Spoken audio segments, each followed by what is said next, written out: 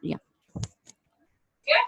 In the name of the Father, and of the Son, and of the Holy Spirit. Amen. O Lord, dear Heavenly Father, we thank you for this beautiful day that you have given us, Lord. We thank you for this VBS that our teachers are conducting for us to learn more and more about you. Even though this is the last day, Lord, we thank you for these 5 amazing days and the 5 great teachings that we have learned about you, that you are our superhero. You are the Lord of everything. You have everything under control, Lord. Keep us all under your control. Take care of us as an apple of your eye. Bless all of us. Guide us and guard us. We ask all this in the name of Lord and Savior Jesus Christ. Amen. Amen. Okay. Today is the last day. We don't have. Today is the last day, and we have a very small passage. The entire passage is only 3 verses. So, but it's a very powerful passage. In fact, the last words of Jesus before he ascended into heaven. Okay. In that, he is going to, show that he is not just a superpower. Can you all hear me? Yeah. Yes. Okay. So he's not just a superpower, but he is absolute power. Okay. Now we just saw 4 of his superpowers in the last 4 days, or 5 of his superpowers. Yesterday we saw 2. Okay. So it is not just only those powers that he has, but he has everything under his control. That is what is this, the VBS's theme itself is that only, that God is in control. The reason why we took this theme is because during this time of lockdown and corona, impending infection and all that, people are very distraught. People are feeling very lonely. People are feeling hopeless. People are feeling like this is it's a never ending, rigmarole.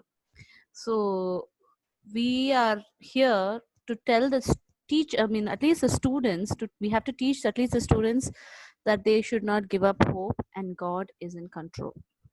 Okay. God is in control of everything. That's what these words are going to say. Today I could not find an appropriate Bible verse, video for y'all. But at the end of the class, I will show you a video, because if I show you in the beginning, you won't understand it. Okay. So can we all take Matthew 28, 18 to 20, the last 3 verses of the Gospel of Matthew. Matthew 28, 18 to 20.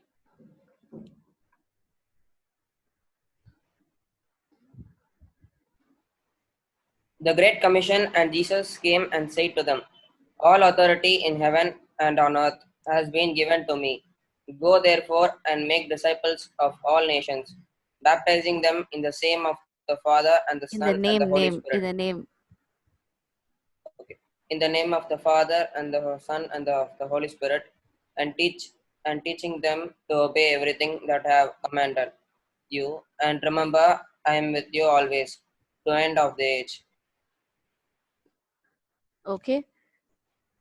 What is the first verse saying?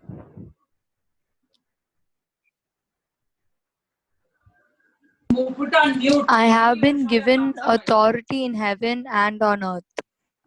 Okay, dear. How does it, what do you think of it? Jesus is saying that he's not just a king in heaven, but he's even the king of earth. He has authority on heaven as well as earth. And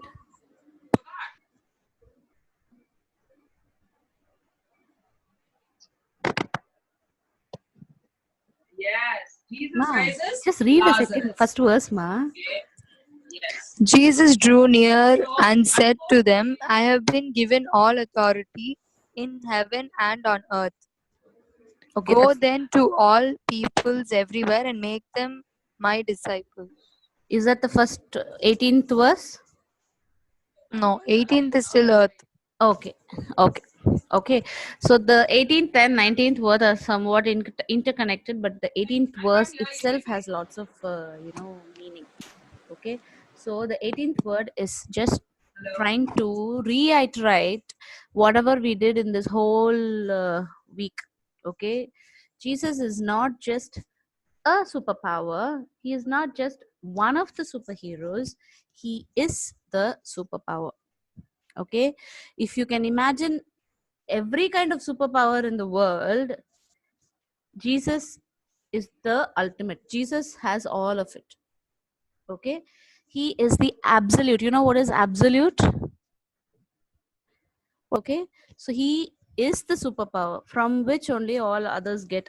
Okay, so the second half of it, go therefore, he is saying, because I am the absolute authority, okay, I'm transferring the same things to you, and you cannot simply have it in your purse and say, or lock it up in your locker and say, okay, thank you, Jesus, very good, and then you just keep tight. No, the next part of the thing is you have to go and make disciples.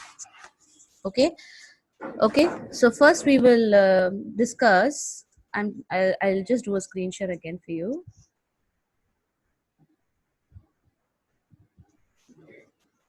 Okay, can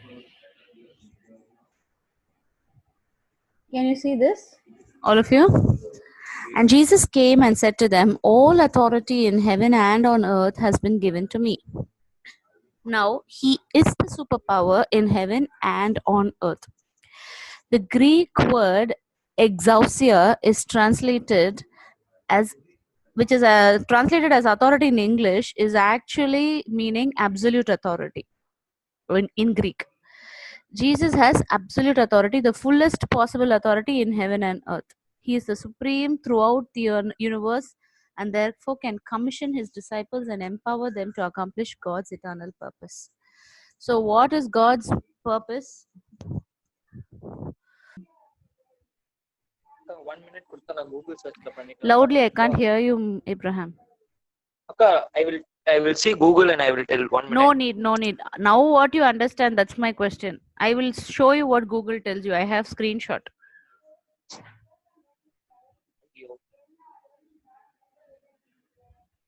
Anyone?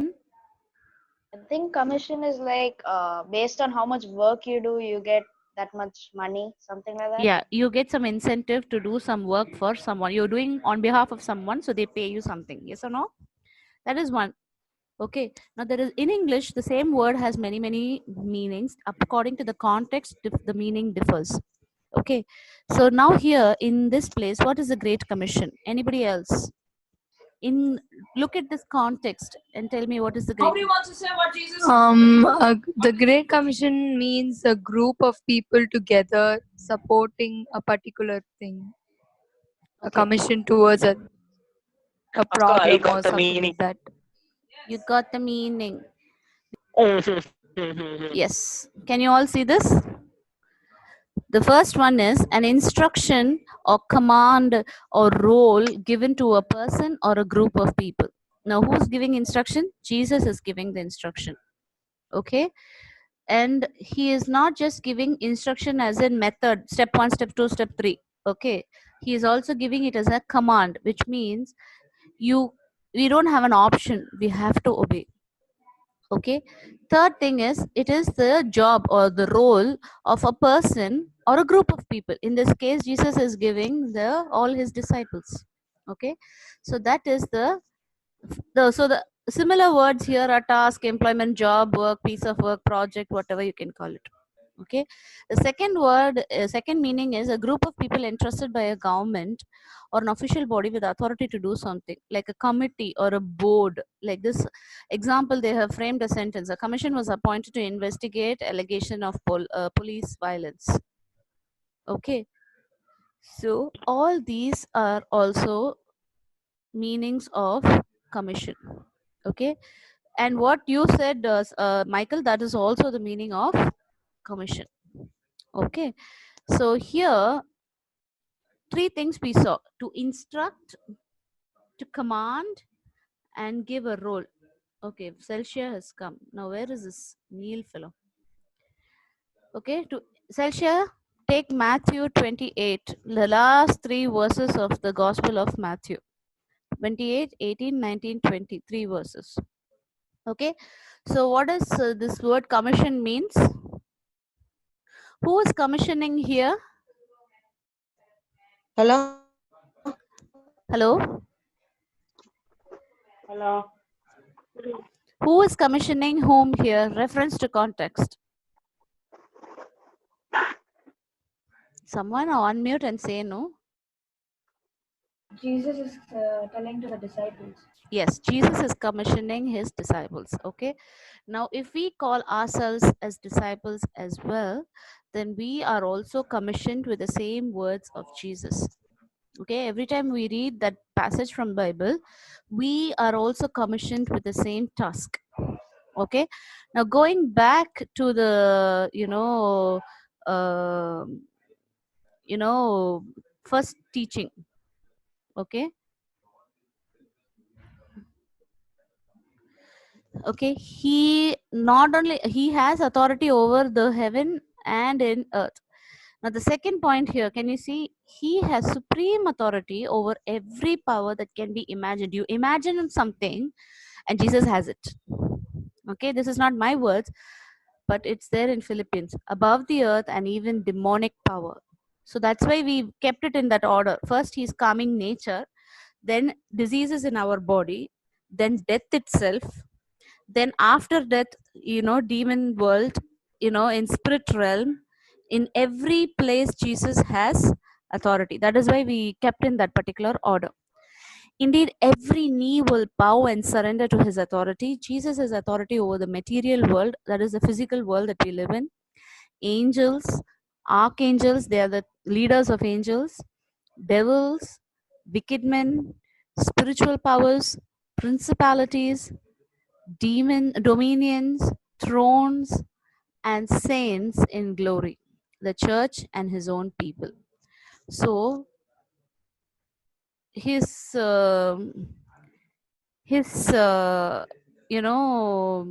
authority does not stop anywhere. Everywhere he has complete control.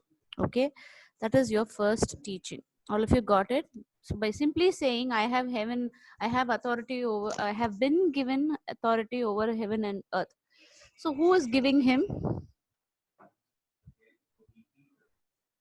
Who is giving him? Someone unmute. Father. The Father is giving him the authority. Why? Why he has been given?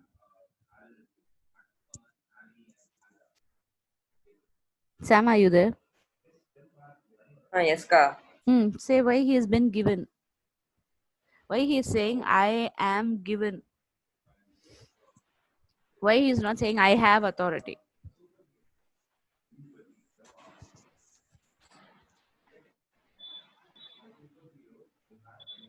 Your answer is God is given. Father God has given Jesus the authority.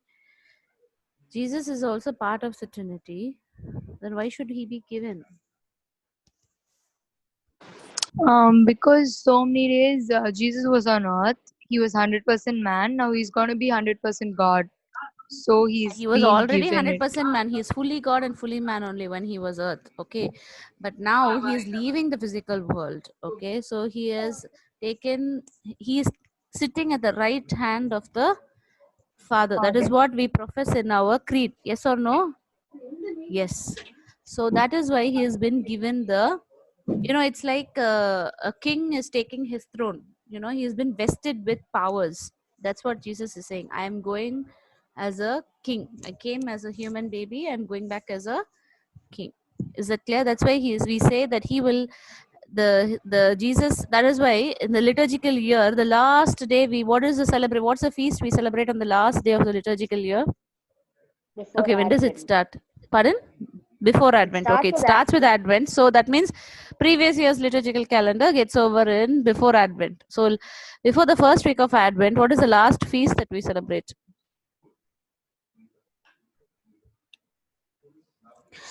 Children, I taught you like in every class. Elisha, from 3rd standard, now you're in 10th standard.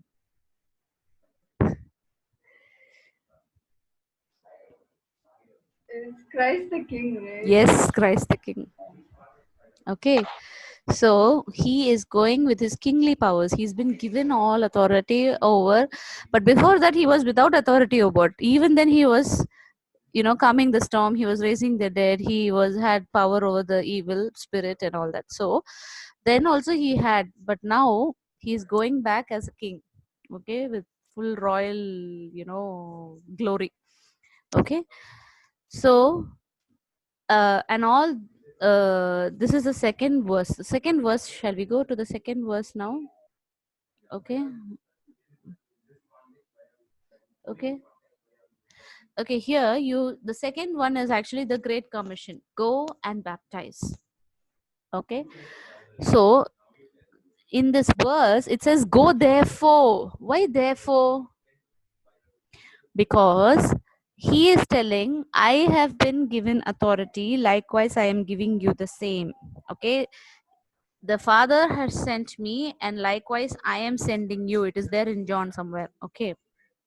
Okay, so go therefore and make disciples. Every word has like 1 ton of meaning. Okay, go therefore, the word go is actually coming from the Greek word called missa. Missa means go. Okay, in the Greek language. Now many of them wrote the gospel in Hebrews and Greek. So when they translated it from Greek to English, they simply put it as go. But that is the root word for the word English word mission. Okay, so the word go is actually meaning mission. Okay, which means you have a goal to achieve. It's not simply go here, go left, go right, not like that. It is you're moving with a purpose, you're going towards a destiny. It's like that. Okay, so Jesus is saying make disciples. A disciple, so first is go, I've explained go. Now second part is make disciples. Therefore also I explained because of the previous verse. Okay, he has authority and he has transferred it to us, and therefore we have to go and make disciples. Okay, not just here, there, but of all nations to the ends of the earth. That's what his disciples did. Okay, so who is a disciple? A disciple is not just a pupil or a learner or a student. Okay, but it denotes one who follows. Okay, so these people simply did not learned from Jesus, took notes, wrote an exam, got a certificate, and then finished. That's all. Okay, you and me connection is over. No, not like that. They follow the teachings of Christ, so they follow Christ. Okay, a disciple is not simply one who has completed the course but has continued to put it into practice what he learns. Okay, can all of you I can't see your faces, so I will stop sharing for a minute. Okay, so who is a disciple? Okay, so the second meaning is missionary. When I told you how the word mission comes from the Greek word go. Okay, the missionary not only he only spreads the good news. Okay, what is the good news? That Jesus died for our sins, he rose from the dead, and that he is our salvation. Okay, we can go through only Jesus. We can't bypass Jesus and attain salvation. Okay, only through him we have salvation.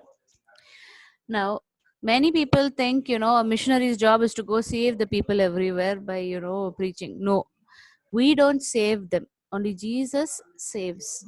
Okay, all we have to do is point them in the right direction, point them to Jesus, turn their focus towards Jesus. Okay, the second part of how to be a missionary or to be an effective missionary is we have to grow in Jesus. Okay, this is the tricky part. Okay, so when we are a missionary, we are also teaching about Jesus, so we become teachers. Okay, so from being a disciple who is a pupil or a learner, you are becoming a missionary, you are a teacher. Now a teacher cannot simply go and teach. If we sat the whole night yesterday, the whole evening yesterday to prepare for today's talk. Okay, so it's not an easy job. You have to prepare before you go. any teacher for that matter, even in your school, even if the teacher has been teaching for 70 years, I mean 30 years or 40 years, they have to prepare every day, because the students whom they are meeting are not the same. They'll have different doubts, they'll have different questions, so the teacher has to prepare or keep herself on par with the students. That is how a teacher become an effective one. In our case, we are doing a far greater job than just a teacher teaching a subject. Here we are talking about salvation for our souls. That is, the soul is not affected by the death of the physical body, but after that also we are looking at saving that soul. So to do that, we must be much more disciplined, and for that we need to grow in Jesus. For this, you have this John 15:4-5. Abide in me and I in you. As the branch cannot bear fruit itself unless it abides in the vine, so neither can you unless you abide in me. I am the vine, you are the branches.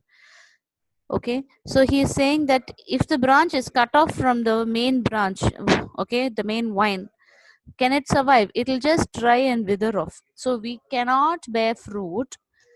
Apart from me, you can do nothing. We cannot bear fruit if we are not what? Attached to Jesus and grow in Jesus. Okay, so the third teaching in this part is that he is telling you, go therefore baptizing them in the name of the Father and of the Son and of the Holy Spirit. The formula for baptizing is a Trinitarian formula. Okay, so the Trinity is involved in our salvation. Okay, God the Father chose you or chose us before the foundations of the world.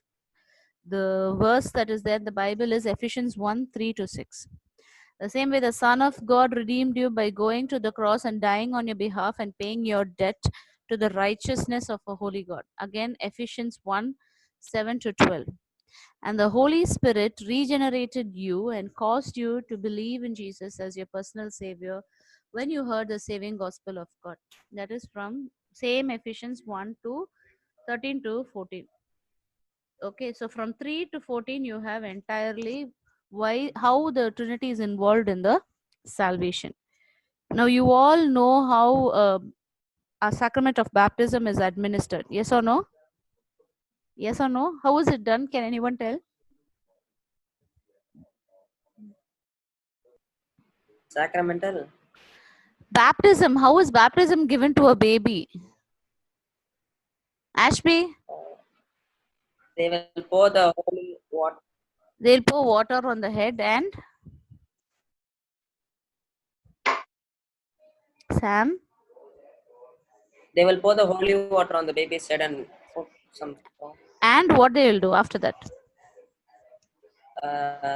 Bless them in the name of the Father and of the Son and of the Holy Spirit. It is made actually by sprinkling or pouring water on the head.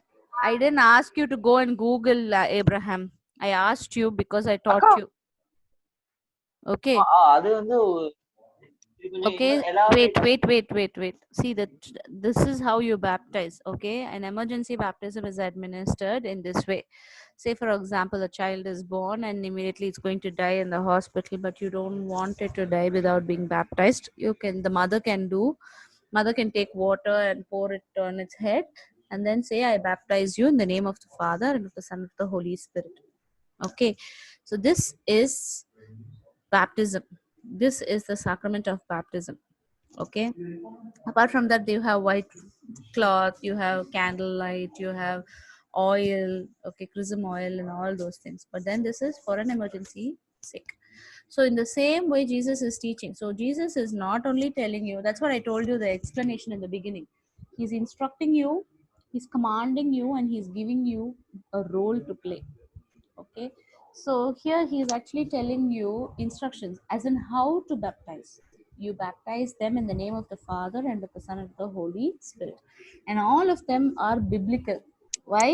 Because Jesus died and he brought us salvation, yes, but then all three of them are involved. The Trinitarian God is involved in the process of salvation, because after Jesus left us, even till day, The Holy Spirit is with us. Okay, so he is still playing his part. Can you hear me, all of you? Can you hear me? Okay, so Yes, Akka.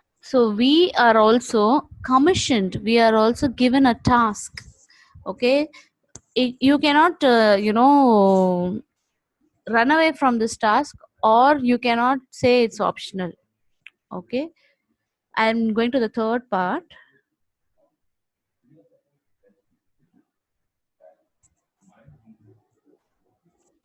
Okay, the third is he is with us. This I already explained to you when we did fears also.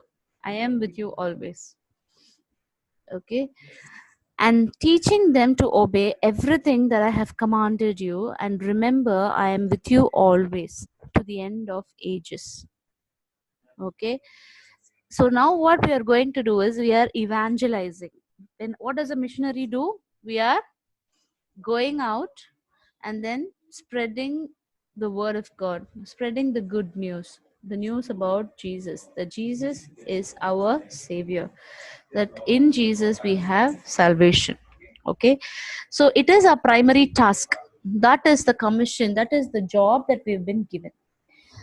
But our responsibility does not end when we have just simply given them the message. We are not like a courier service. We just don't send a letter and then that's it. No, our responsibility is not ended until we lead that person to make a public commitment of his life to Jesus in baptism. So you have to make sure that he receives baptism. You have to encourage them to live in, the life in Christ. Okay, to continue to live as a good Christian. Okay, evangelism is the primary task of the missionary, because you cannot have a disciple without evangelism. You cannot separate the two. That's why Jesus has commanded us, and it is not an option. In the previous slide, we saw that disciple is not just a teacher, a student, but also a person who follows Christ. So, and the disciple has a job to do. So, first thing is he is been taught. Second thing is he has to go and teach. You cannot separate these two. Okay, you cannot be a missionary without going